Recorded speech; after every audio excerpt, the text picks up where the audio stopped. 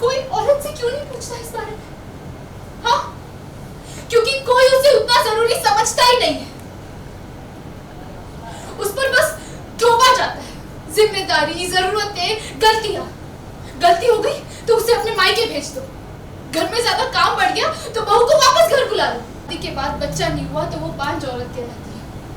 फिर कमी चाहे पुरुष में क्यों ना हो। मर्द अगर औरत को छोड़े तो उसे छोड़ी हुई औरत कहा जाता है, और अगर औरत मर्द को छोड़े वो बदचलन कहलाती है। घर की रसोई हो या किसी की सेवा, बहू की जिम्मेदारी।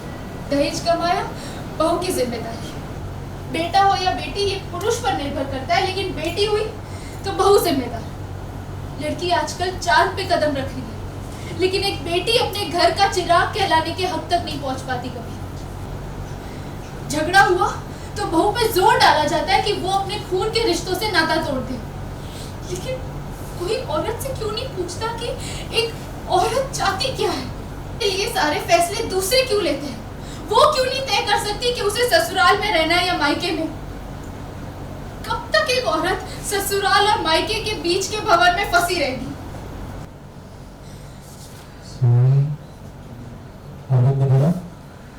आज भी मुझे इस पर भरोसा है कि ये लड़की अगर किसी वजह से आरव से बात कर भी रही है तो उसके पीछे कोई गलत इरादा नहीं होगा।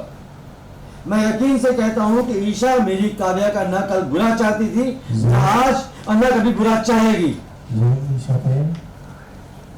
ईशा लुक किया आशीष की तरफ, आशीष भी कंफर्टेड होगी। ये और ताई जी पे पैर, ताई जी पे शिफ्ट। इसने बड़ी बड़ी बातें बोल दी और आप इसकी थपथपाकर इसकी तरफ तारीफ कर रहे हैं।